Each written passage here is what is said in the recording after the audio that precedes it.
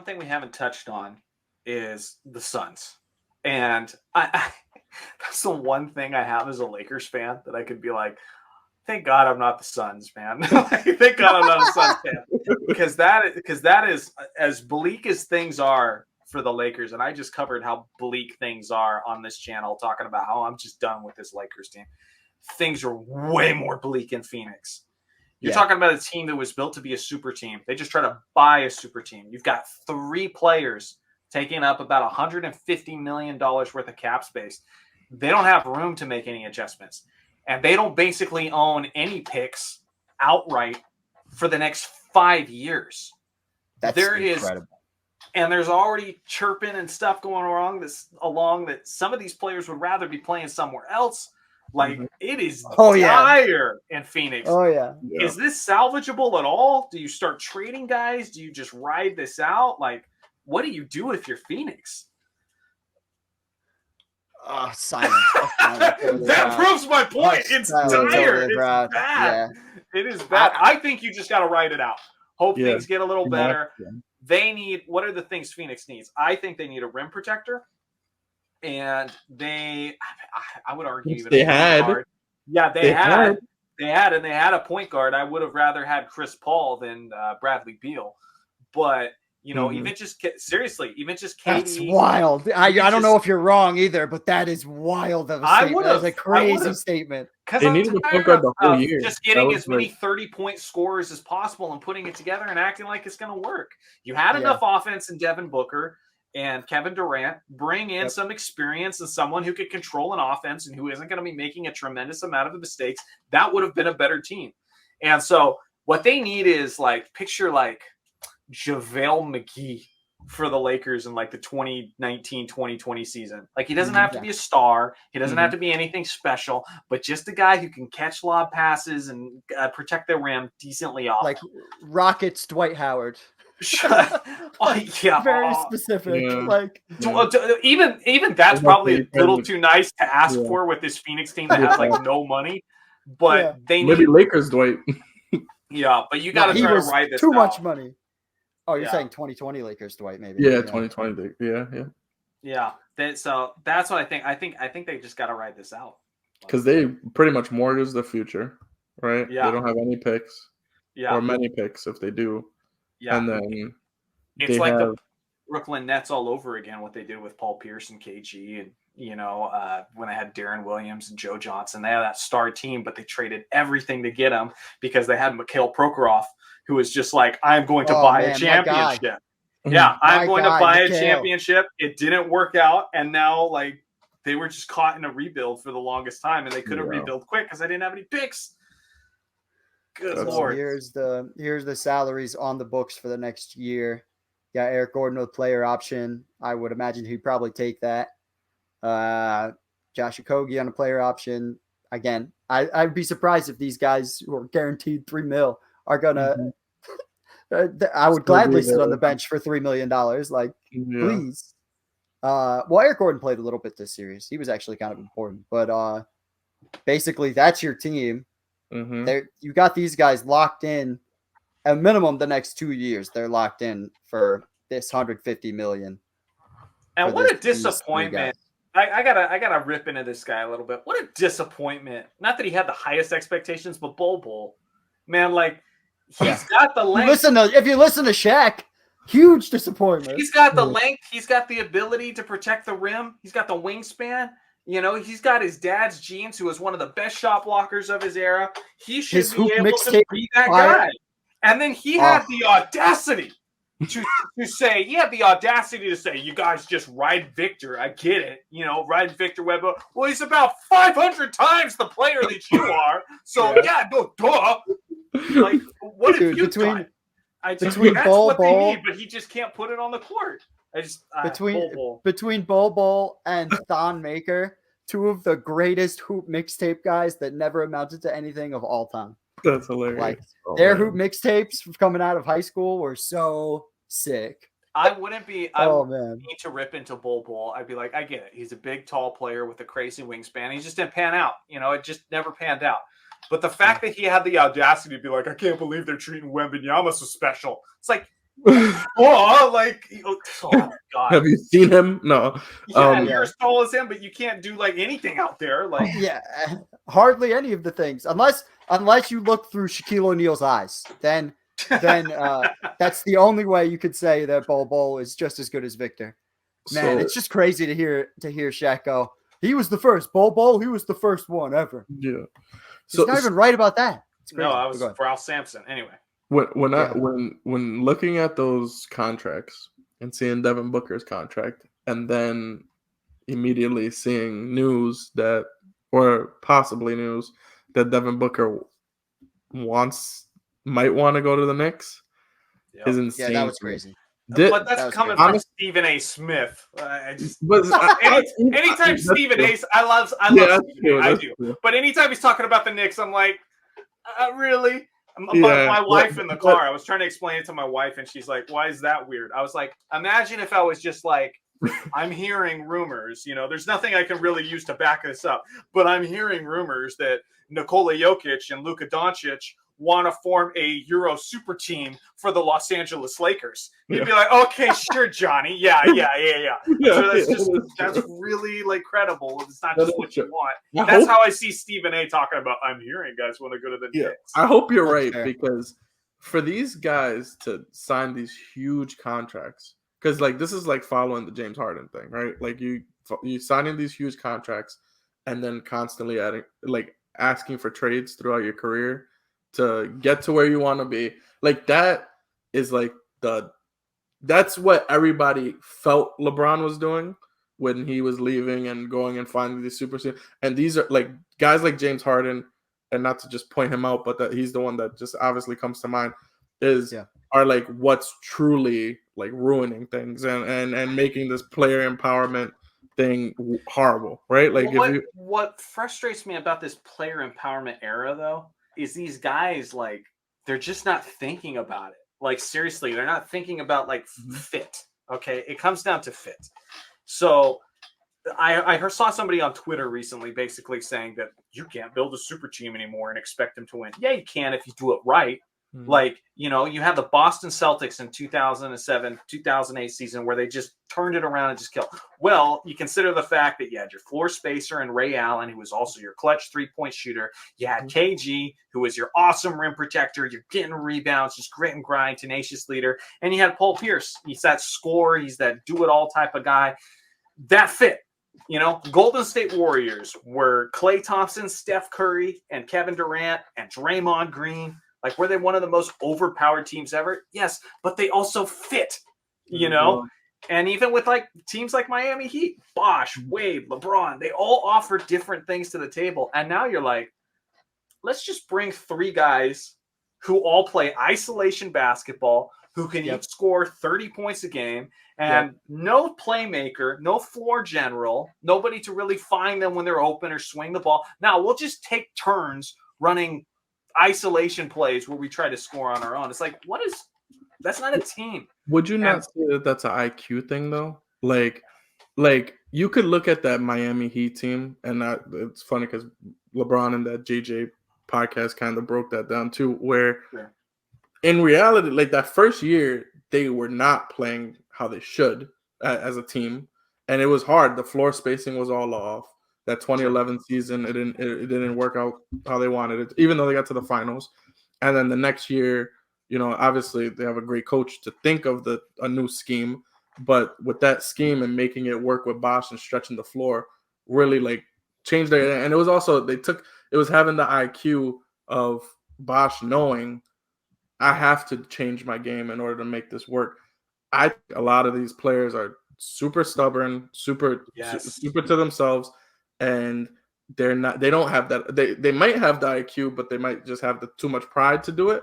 And I think that's a lot. Because in reality, if any one of these guys would have truly changed their game to make this team work, you don't think the Phoenix Suns, even without the depth, would at least have had a way stronger series than they just had, and possibly if they had different matchups, maybe go a little further? A little bit. I think that's part of it. I mean, there is a lot of individualism. There's a lot of short-term constructs. There's a lot of guys being like, the team needs to fit me rather than I need to learn to fit the team. Definitely. But if you look at that Miami team, again, they've been together longer than this Phoenix team, but they at least had a little bit of flexibility to where they can have certain guys, spot up shooters. They went out and got Ray Allen, Mario Chalmers at least helped with a little bit of ball movement and that sort of thing. And Udonis Haslem helped in the interior. Like, they still had guys who are contributing. And this Phoenix team is just, this is it, dude. You got 3 guys, 3 scorers that don't really have an interior defense. Then they have no flexibility. And so I think it's both. If I'm being honest about it, it's a little bit of both. It's funny what you just said with the guys thinking about themselves. I think that's why Kevin Durant throughout his entire career has been second to LeBron James, or at least for the most part, a majority of their career, where Kevin Durant always needed his team to fit him instead of him to work around. Because think about it, when he went to Golden State, he fit like a glove. It was perfect. You didn't have to do anything. You just had to play your game how you wanted to. You don't have to make that many adjustments. Actually, you could play your game even better because you could just work on your offense and you can actually show off your defense, which you never could do before in OKC. And I think that always was the case where LeBron always had to kind of adjust. I mean, sure, it was he was such an all-around player that that kind of happened that way, but he also had to make adjustments in his game to make things work with Cleveland, with Miami, with the Lakers, for sure with the Lakers. Like, he had to pretty much become a point guard to make that work. So I think those little things like matter so much in like a player's legacy too. Like, how are we gonna look at Kevin Durant now? Like, from that the end of the Warriors to now, like, he hasn't really done much. It feels like it's been 5 years. It's disappointing.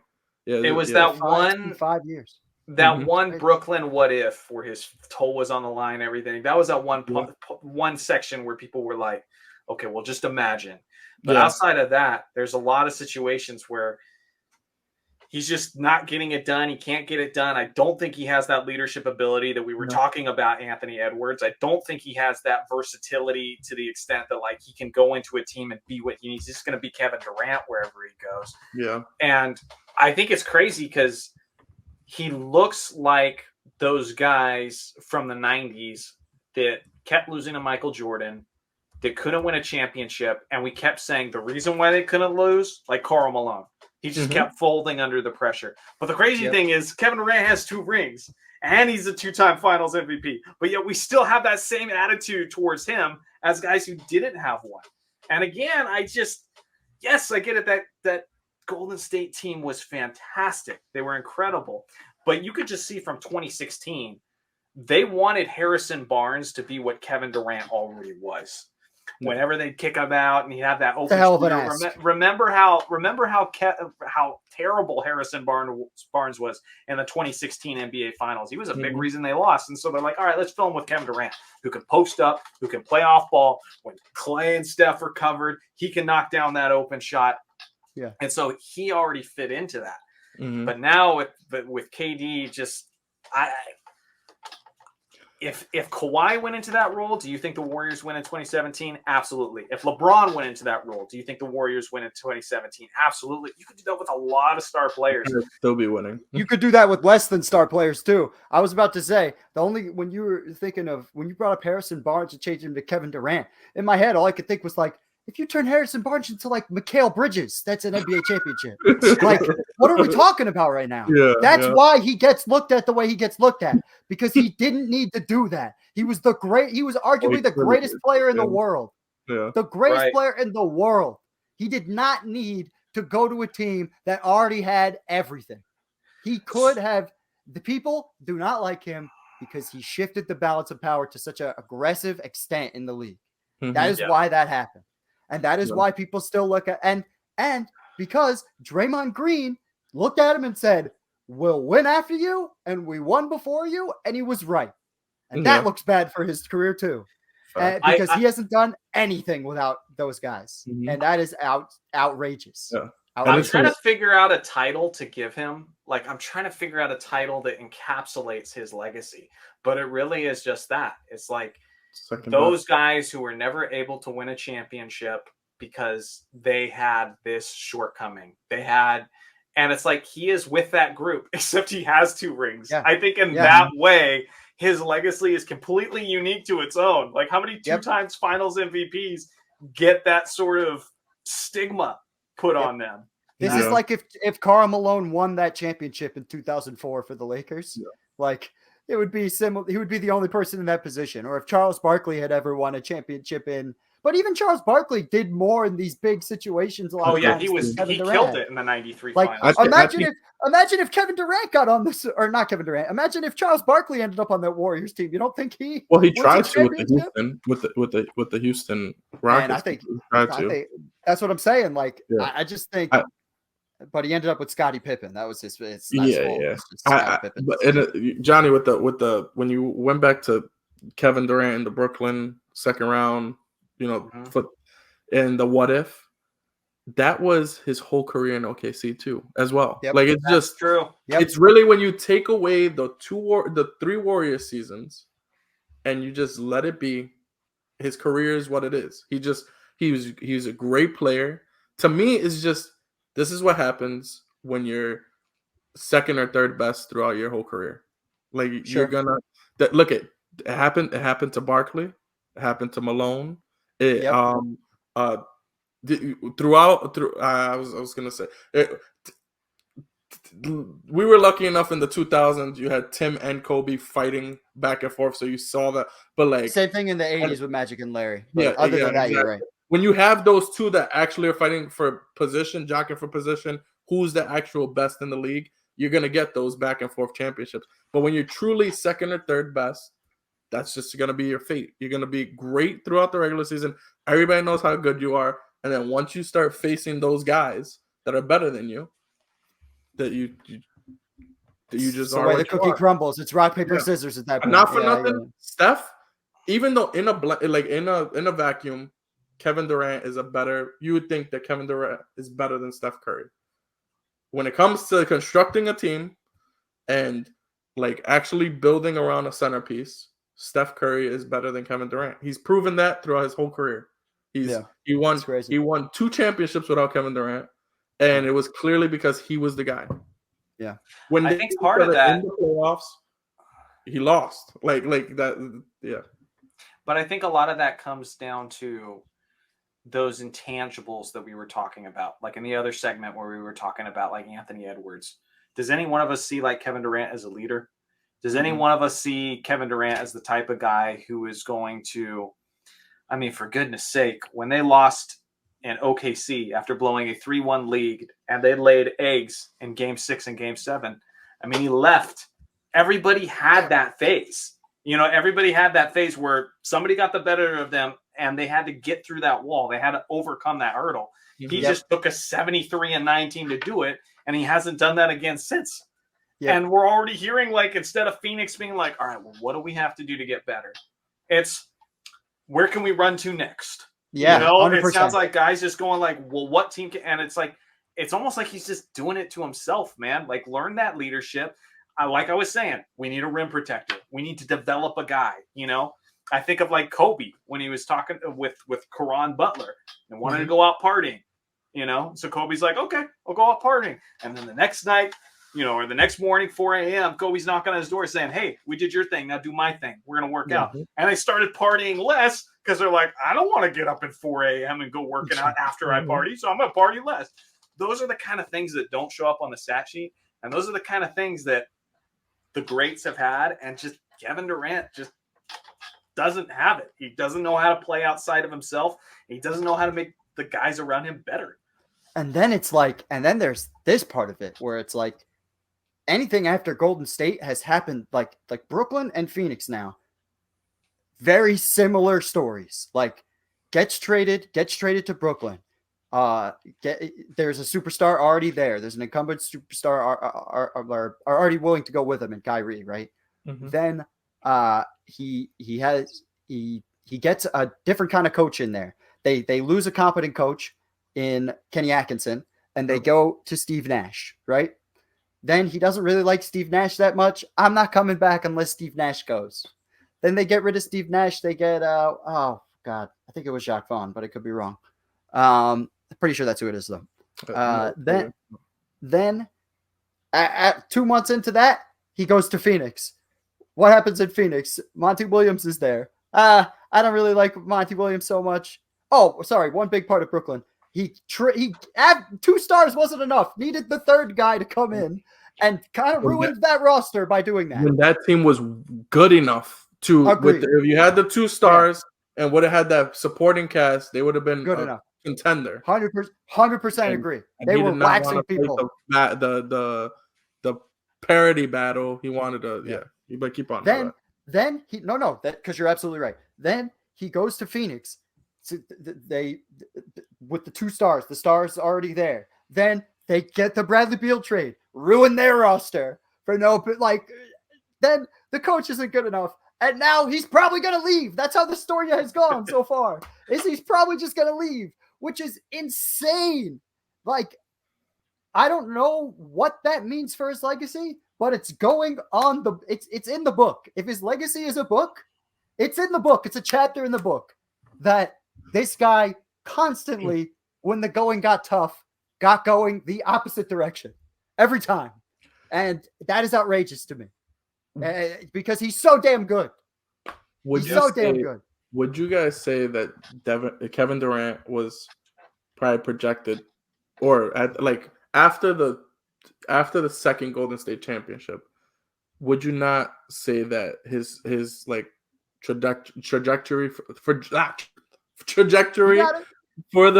his career, I don't know why the hell that got, would have been probably at minimum of top 20 player all time?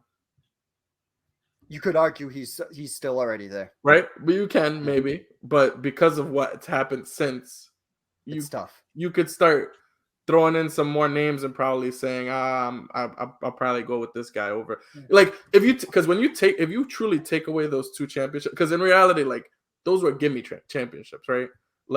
For sure, 100%. In a lot of people's mind, we could name any of the top 20 players in the league at that point. If you switch them for Kevin Durant, they still win the championship. They all get Listen, it. The Warriors could have done nothing, and they still might have won those 2 years. Yeah, they could have added no one, and they still might have won those 2 years. I personally think that 2016. Think about everything that had to go right in 2016 just for the Warriors to lose. The Andrew Bogut, Draymond Green suspension. Everybody's still questioning whether or not Steph had come back from the knee issue completely healthy. LeBron James just being LeBron James and coming, and not up to mention LeBron's going crazy in the 3-1 comeback. Kyrie Irving's dropping 40 points.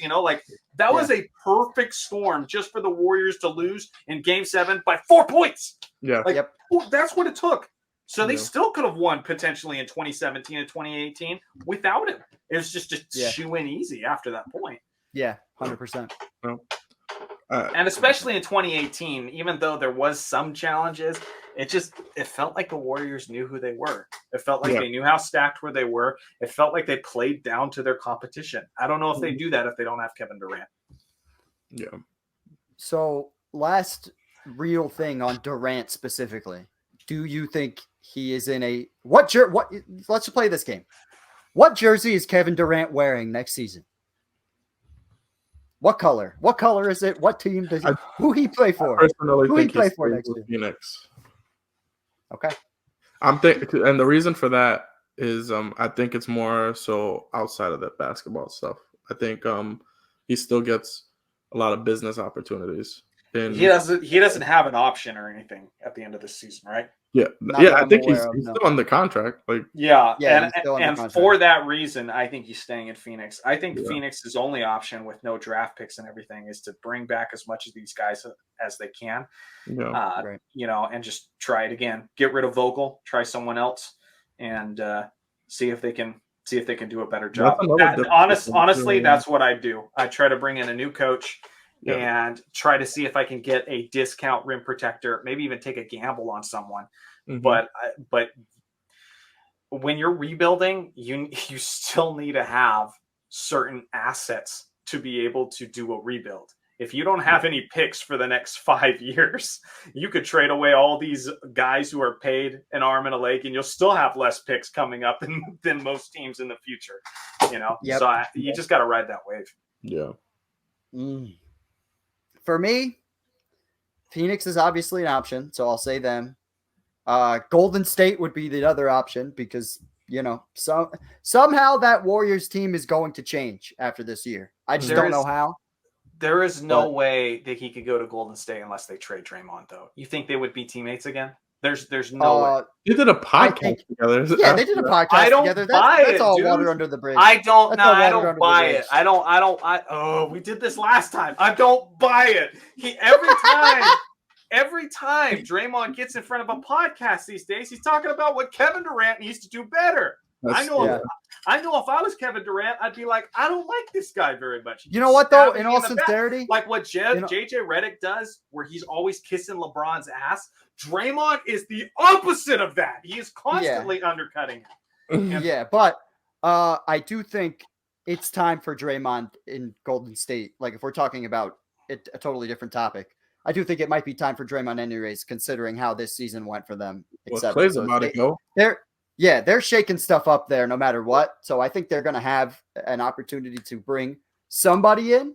So wouldn't shock me if it was Durant. And the other team that could do it is whoever wins the championship this year is always on Durant's wavelength. Like at any point, like he could just absolutely jump ship and go, oh, this team has way more power than all these other teams. This is perfect. I really love Colorado, I always that atmosphere, Joker really looks like he needs more help. Yeah, he doesn't have. I don't think he has that kind of power though, because can he really control his destination that much without? He got out of Brooklyn. Well, I guess, and went exactly where he wanted to go. Because it's Golden State. I mean, Golden State could offer Draymond and Clay, and I still don't know. Well, they don't even have Clay. Would Phoenix do that? Like, is Phoenix not going to get a better? I don't know. If I'm Phoenix, I definitely say no. So I see. And it's. I'm not going to lie. I think what these stars would want, if they could do it, if you can get Draymond out of Golden State, Steph, Durant, and LeBron, and Bronny on Golden State. I think their version of a last hurrah. And those guys, because LeBron and Steph, they've been like a match made in paradise. They've been looking at each other like, wouldn't it be cool one day? Especially LeBron, more so. Steph's been like, I don't know. Like, nah. Honestly, same thing with LeBron and Durant. Frankly, they've always been kind of wanting to be teammates forever. This USA basketball thing is going to bring them all together. Like, they're all going to go to USA basketball, and they're going to be like, how can we play together? How can we make this happen? Yeah. But the best thing, and we've been saying this forever, so it is what it is. I've given up on Kevin Durant repairing his legacy. I feel like it only gets worse every season from this point on. Is the best thing he can do is just stay in Phoenix and try to make it work. One of these guys have got to adapt and try to pick up like veterans who make hardly any money to fill in the gaps, but because if he just goes to another team and another super team, if he played with LeBron or something like that, KD's not getting the credit for that. The weird thing is he could actually have got the credit on this Phoenix team, even though they have Bradley Beal and Devin Booker. He's still seen as the best player on that team. Same thing in Brooklyn too, with the foot on the line stuff. I tell Dario this all the time. I go that the game before the foot on the line, where he had that like 40-point triple-double, I still think is the best game I've ever seen him play, hands down. And that's the best version of Kevin Durant I've ever seen. Yeah. And Dario might not have said this to me, but people have said to me, they've looked at me and been like, oh, we had so many better games at Golden State. I go, yeah, but it's so different. He was it. And they won that game against a dominant Bucks team that went on to win the championship. Was probably his best playoff game ever, I would say. It was amazing. Even though, obviously he had some of those finals games where he went crazy, but it's different when your back's against the wall. You're not supposed to win this series. Like, you got your guys. And you're the man. And And again, it's like anytime a dude goes off playing for Team USA, it's like, well, yeah, I mean, you're playing against guys who aren't NBA players a lot of time, and you're going, and the open looks you're getting. I mean, I watched every single moment, like a lot of people did. I watched every single moment of the 2016 to 2017 Warriors. I watched every moment of probably their first 10 regular season games. And I knew then, I was like, this is unfair. Like, they're leaving Kevin Durant open on the perimeter. Because Yeah. what other options do they have? Yeah. Clay's sitting there, Steph's zipping around all the court. You know, like Yeah. it just wasn't. That was probably fair. so stressful for teams. Like I remember LeBron after winning the Eastern Conference Finals. I mean, Eastern Conference, and they asked him a question about the Warriors, and he was like, "Honestly, I just want to celebrate this right now because He looks they so give me defeated. headaches." Like, yeah, he was defeated before even starting the series. Like, Yeah. he's just like, that's a headache that I don't want to deal with right now. Like, and I understand why. Well, from that perspective, I agree with Russell. Like, nothing about nothing about KD's Golden State stint was his most impressive to me. Because it's hard to impress me in that circumstance. It's like, look at the numbers he put up. I'm like, yeah, because he was an MVP level player who was alongside an MVP perimeter player. Yeah. Who was playing alongside arguably the two greatest shooters in NBA history, at the very least, the two greatest shooters at that time. Yeah. And so it's just, how easy do you want it? Yeah. And you're totally right about the USA basketball stuff too. Because like Carmelo Anthony's super overrated. You're 100% absolutely right. I couldn't have said it better than you did. Yeah. You nailed it. Only when Carmelo Anthony is considered the greatest Olympic basketball player of all time. I think that's perfect. I think that's just like, mwah. That's exactly what I want. So you're right. You're totally right. Carmelo Anthony sucks. He's overrated. Anyways.